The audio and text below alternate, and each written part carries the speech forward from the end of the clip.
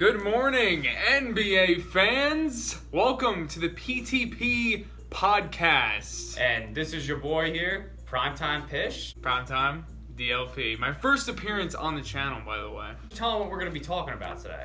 Today we're going to recap basically the recent news around the NBA. There hasn't been much, but there are some key parts of recent news around basketball. So just yesterday, J.R. Smith signed a contract for the end of the season, for the whole rest of the season, with the Lakers. Yes. And honestly, I'm a big fan on it. I am too, honestly. Mainly, my number one reason is probably because Avery Bradley is going to not take part in the rest of the season. Yes. And the reason he's not taking part is because of his personal choice. He said he had his kids that he was worried about. He has a son with health problems I was reading up on. I think JR is a good replacement. People don't say this otherwise, but I think offensively, I think JR is just like, obviously, I think he's better no question here. JR, no doubt, brings more offense than Avery Bradley. No question. His shooting this year was pretty decent, Bradley. I'm not going to lie. You got to think about it, he's playing alongside LeBron and everything. Right, so. Which JR has done in the past already. Yes. So that's what makes this a really great signing. And there was another option. They were looking also at Swaggy P for a reunion in LA. Yeah. But I think they went with the right choice. Yeah, I think. Plus, you got JR, LeBron. They already played with each other. They won a championship. I'm not saying JR was like the main reason why they won the championship. He did play a really big role. But he played a great role, and I think their chemistry will really help out. And they got Anthony Davis. They got Caldwell Pope. It just Rondo. gives the team that shooter, like that. Yeah. That guy that you know may have a night where he just absolutely explodes and you just don't expect it. So, yeah, Nick Young, he's a similar player. JR is definitely a little more. I'm consistent. taking JR all day. Yeah, Nick Young just all day. I mean, they've had their off the court issues, like Nick Young with Iggy Azalea, and JR just Jay Henney, you know, like. But I mean, JR should be fine. He hasn't played in the NBA in a long time. Hasn't even played this year, so maybe he'll be rusty. We don't know. Now, what do we have up next? The NBA resuming. The NBA is scheduled to resume on July 30th with the Clippers and Lakers and the Pelicans and... Do you recall who the Pelicans Pelicans and Grizzlies. Pelicans and Grizzlies. Yeah. So, obviously, NBA picks two primetime games. They have Zion Primetime games. Primetime. We got Zion playing on the NBA return, and then we just got the two best teams in the NBA. Yeah. NBA did it on purpose, trying to get views. You already know what it is. What do you think about the 8 teams that aren't participating? I mean, like, I think it's fair and not fair at the same time. But mainly, I think it's fair on this.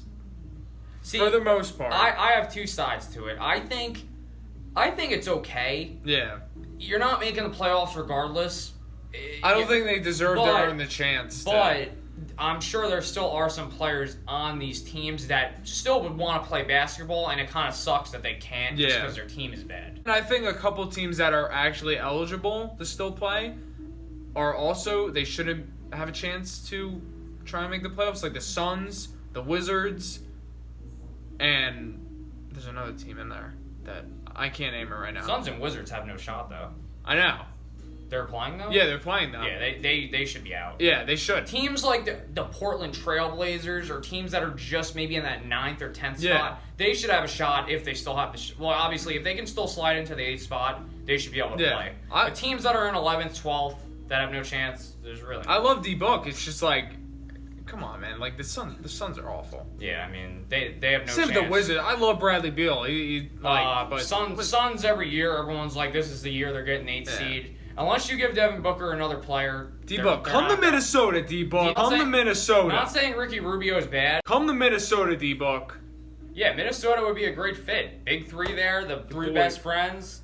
That would actually be a great fit. But then that takes Phoenix all the way to the bottom for the next 100 years. Who cares about Phoenix? Yeah. So, what is your opinion? Do you think that the NBA is going to get the feedback that they want with the return of the season? Like, is it going to be a lot of views? I think it will for, like, the start, but then, like, if it goes into, it's obviously going to be in between the football season. If football starts when it should start. And I think that's when the views are actually going to go down. And that's the bad part, because when football starts, that's like the conference finals. So it's like a really big game. Football will not be started, at least for the first couple of games of the return. Yeah. I think the views are going to be huge because sports have just been gone in general for so long now. And everyone's just going to be happy to see sports back. Even if they don't like basketball, I think opening night especially will have a ton. The ratings will be through the roof. I think we need a lot of positivity right now.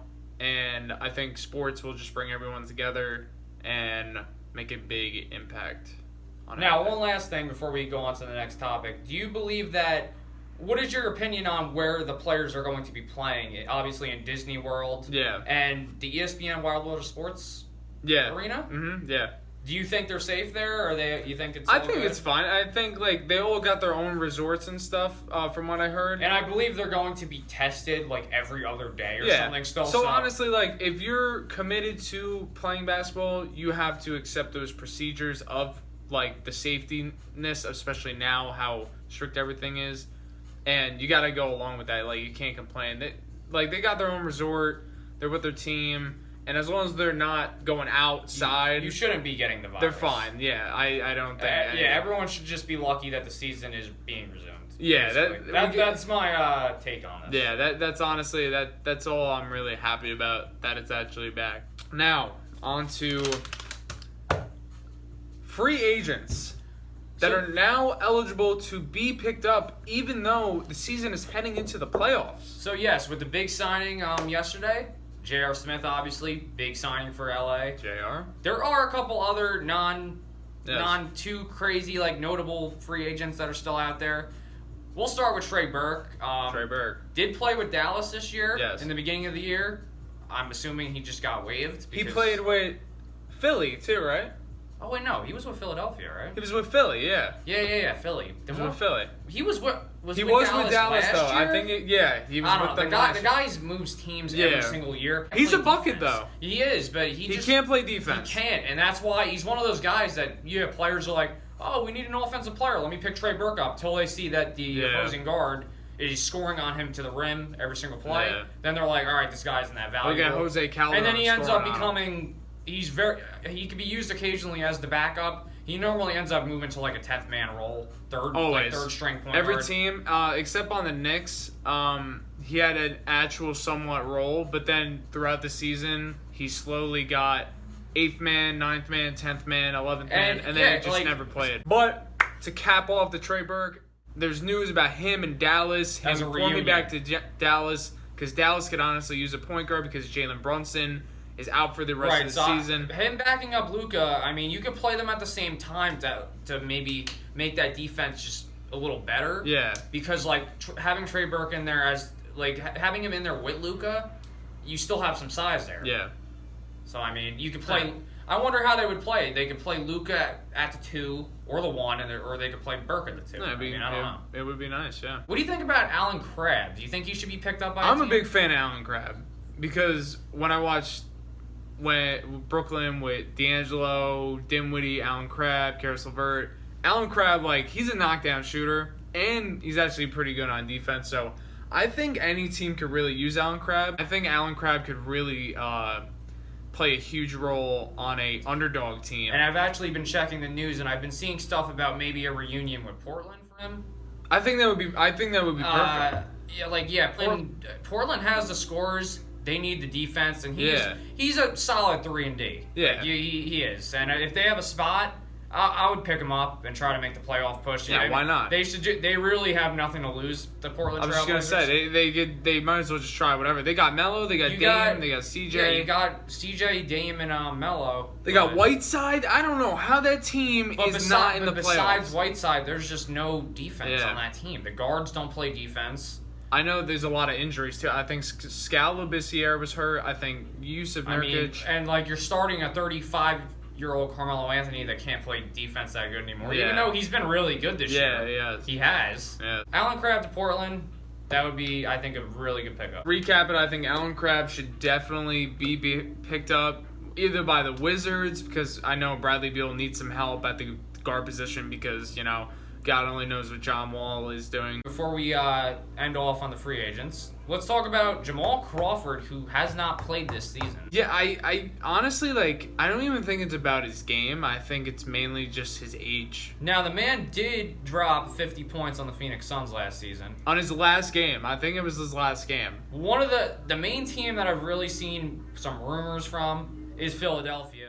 Yeah. Obviously, Philadelphia, they got the height, they got defense. They probably are lacking shooting as their best thing. And Jamal, honestly, he kind of brings everything, not defense, but when it comes to spacing wise and creating your own shot wise and stuff off the bench. I think he's the perfect guy, but I think it's mainly because of his age for some reason. Because honestly, he's better than all these freaking free agents that. You got Matthew Dellavedova, was still on a team while he was still and it's not like he just declined. He showed last season he could still play. That's what I don't understand. Yeah. Steve, Philly's problem still is just the starting lineup. It's Ben Simmons. That's literally what their problem is. You look at the team, and they should be first or second seed. Oh, yeah. They are that good. But Ben Simmons holds them back. And that'll be a topic for another video. I was just going to say, we're not going to get into it. I don't want to go off and offend any Philly fans or whatever, but it's true. If you want to argue with me, you can come to my Instagram or you can comment down below because it's true. You can't tell me that Ben Simmons does not hold the Sixers back, but that's a topic for another video. D'Angelo Russell's better than Ben Simmons. Oh, who said that? And last but not least, who's your favorite for the NBA Finals? To be honest, for me, who do you think's gonna make it for each conference, and who do you think is gonna take it home? It's definitely going to be in the Western Conference Finals, Clippers-Lakers. I just think it's conference. I just think it's no doubt. Okay. Yeah, not the so finals, it's one of those teams because obviously they can't play each other. And in the East, I want to say obviously Milwaukee. I'm just no question. I'm iffy on them because I don't know if Milwaukee's gonna play like that in the playoffs. I think they will because Giannis just seems to just keep getting better. Yeah. And this year in the East, who would you say is the second best team in the East? It's everyone's right there with I'm going to tell you mine right now. I'm going to tell you mine right now. I'm going to say Lakers and Celtics. See, I think Celtics are I think I might say that it's either the Celtics or the Sixers. I want to say I can't say Sixers. I just can't say Sixers. I don't think the Sixers. I think Celtics. I think Celtics or Bucks are a realistic Eastern Conference Finals, and then or go into the finals. I think that's a realistic two teams that can go. I could definitely see the Celtics knocking off the Sixers. Oh, yeah, no quite. I think Tatum's on a tear. Kemba does his role. He'll give you 30 if you need him to, if Tatum's, slacking off. Yeah, Jaylen Brown. Let's be honest. Clippers-Lakers for you. Who do you think's moving on to the finals? I got Lakers. This is very tough. And I'm only saying that because this is honestly my last chance on LeBron. Because I think if LeBron doesn't win with Anthony Davis... What else does that man need? Seriously, I don't know. I love LeBron. LeBron is if not my favorite player, top 5 of all time. And I praise him so much, but if you can't win with Anthony Davis, and I know you're going against Kawhi and Paul George, both of you guys are better than them. You got Anthony Davis. Anthony Davis is better. I'm not saying he's better than Kawhi. But I'm saying LeBron's better than Kawhi, and I'm saying Anthony Davis is better than Paul George. Well, they're both definitely better than Paul George. Yeah, okay. But you can argue right now that Kawhi is, literally right there with The LeBron. only thing I'll give the Clippers, and this is their only, huge chance, is Kawhi stopping LeBron, and the Clippers just have an overall better team. And I don't believe you can stop LeBron in a 7-game series. I don't think you can either, but I think you could definitely limit to him trying to help out his teammates more and, set up Anthony Davis in the pose. They might, draw so many double teams at him, and LeBron's going to have to do it all himself, and he's not going to be, the passive guy dropping, 15 dimes a game. And now, all these double teams, you're going to have J.R. Smith wide open. And so that's where J.R. comes in handy. That's the key. This is why they made this signing. J.R. was so good in the 3-1 comeback Cavs against the Warriors. If you don't remember, you don't believe it, go look up J.R. Smith highlights from the finals with the Warriors. J.R. Smith is he's the definition of a bailout card. Pretty much, literally. LeBron drives the rim, has nowhere to go. Like, the paint sealed, it's blocked. Just kick it, dump it out. J.R. Smith can be freaking a couple feet behind the arc. You got two superstars. You know, in one or two of the series, they're going to double team one of them. Right. No matter what. And who's going to be open? It's either going to be JR. But I do feel like I think Anthony Davis will be the one that's doubled. I think he's the one who can shoot better. Yeah. He's the threat down low. LeBron's more just of a passing threat. He's going to be a passing threat. I think whenever they get it down low to Anthony Davis, they're going to do a double team, and then they're gonna have to try and swing it somehow, get it out of Davis's hands, try and create space for LeBron, and then get it to an open shooter, whether it's KCP, JR. I'm trying to think of another shooter on the team. Troy Daniels. You got Alex Caruso. Yeah, Alex Caruso. I totally forgot about him. We'll see. The GOAT. Everyone's kind of forgotten about him. But that's who I got. I got Celtics and Lakers. I think that would be a really vintage matchup, too. But I just think the Celtics are really hungry this year. And they almost made it without Kyrie 2 years ago. And I think they got all the pieces. I want to say that no doubt the Laker-Clippers series that goes to 6 or 7 games. I want to say, though, that the Lakers are just going to clutch it out. And in 6. I think they'll do it in 6. I don't think it'll go to 7. If that goes to 7, that might be one of the highest viewed games, like, in a while, I feel like. Yeah, you never know. The NBA might try to just make it go to 7. That's one thing. I think just to hype it up, like, or a series with Zion will definitely go to 7. But I also think in the East, I do agree, though. I think the Eastern Conference Finals will be Bucks and Celtics. Yeah. I do see that as realistic. I don't think really I have no confidence in Philadelphia, even though I think the team is really good. They just can't go all the way. I'm going to give you my underdog for... I think I got 2 underdogs for the West. I got Rockets.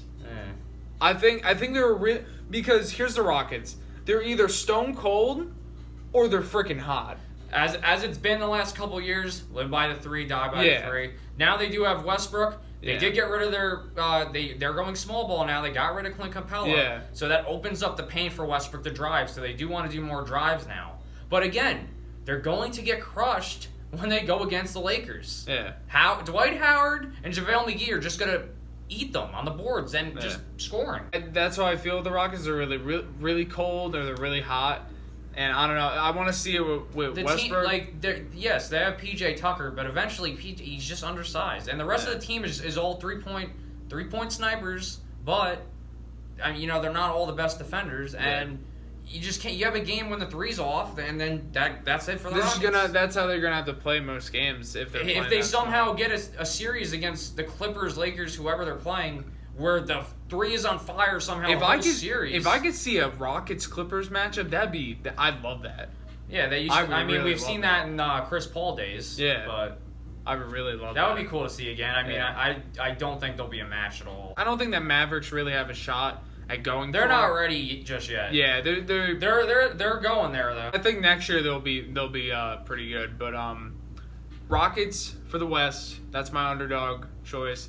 And for the East, my underdog choice. Can I guess yours? Yeah. Ready to go with Toronto? Yeah, I was gonna say Toronto. They were still amazing what were they? 3rd, 4th seed? I believe they're the 3rd seed. I think the 3rd seed, and their best player left. And that team, props to Nick Nurse just for coaching that team good, because that team really does not. They have Pascal Siakam. Obviously, that's their best player. They just have a bunch of solid, good players. They don't have, besides Siakam.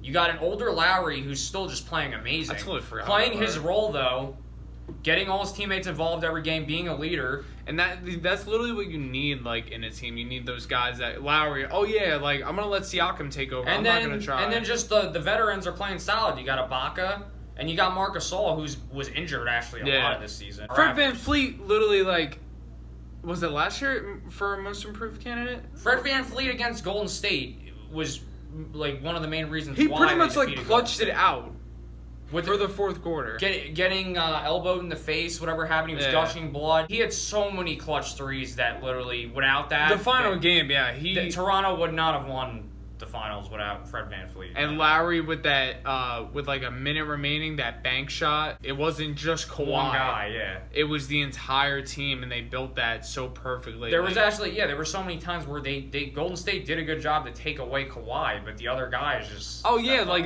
in the couple of games, like they literally double teamed Kawhi, but then they also double teamed Siakam, and then they left Freddie, they left Kyle, they left Norman. And they left Ibaka. And those Ibaka are had a great game, those are too. all guys that, if left open, are going to score. Those are hot and cold guys, and they're mainly on the hot. Like they're mainly. If they're on, then they're on. Yeah, like, Ibaka's jumper, Fred VanVleet from 3. Yeah. Kyle Lowry is from 3. Cap it all off. Who do you got in the finals? I'm gonna have to say it's Lakers Bucks. I just think that's the most And who do you think's gonna common. win that? And I'm just gonna have to go with I think that actually the Bucks, because that team as a whole too amazing all around. I think they're actually going to be too much. They're going to shut Anthony Davis. Giannis is going to be on Anthony Davis the whole series, and they're going to force LeBron to do all the scoring and distributing. I just think the Bucks are going to be better. I don't think Anthony Davis or LeBron. You can't stop Giannis. Nobody can. Yeah. And you can say the same for Davis, but I just feel like it's different because I don't know. It's just Giannis. I don't know. Giannis is literally just unstoppable. Yeah, I got Celtics and Lakers. I think that's definitely going to 6 or 7. And the Bucks also, though, it's the same thing. They're surrounded with shooters. So I think it's literally it's so hard to even say who you think would win. It's all opinion. There's no clear favorite in the conference finals or the finals. Yeah. But my prediction, I'm going to go with the Bucks. Okay. I think this season at the end, in conclusion to our conversation on who we think's going, I think that LeBron really thinks after this offseason that this might have been his last chance, and he just didn't win. I got Lakers, Celtics, and I got Lakers winning.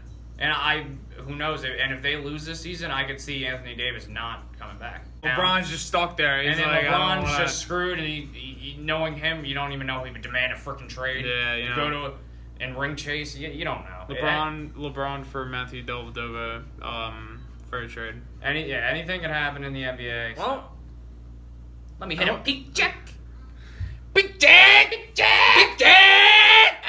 All right, now back to the NBA news, and hope you guys are informed and actually entertain you guys and gave you a lot of information about what's going on right now and our opinions on like the signings and who do we think is going to go to the finals, who's going to win it all. And we are starting this as a series, guys, so this is the PT podcast. PTP, you want to? Yeah. We're calling this? Yeah. All right, PTP. Episode 1. PTP episode 1. We're going to try and do this with also the other primetime member, TJM. You'll mainly see the 3 on here. You'll have, for a majority of these, you'll have TJM also here, and you might have some where KRG will be here for some. You guys will meet him in a future video. Yeah. Probably maybe the next video after this one. But maybe 2, I don't know. Like I was saying, we're going to try and do these once every week. Definitely once a week. If not every week, we're going to try and do it every other week because, like, news is kind of slow now. Right now, it's very tough, but when we're going into playoff mode, you're definitely seeing, you're seeing we're going to have a lot of these going. Yeah. All right, guys. Hope you guys enjoyed. So this is Primetime signing off on the first PTP podcast, episode 1. Hope you guys enjoyed this. And we'll see you in episode 2. Episode 2 coming soon. Yeah. Let me hit a big jack! Big jack! See you guys later. Peace.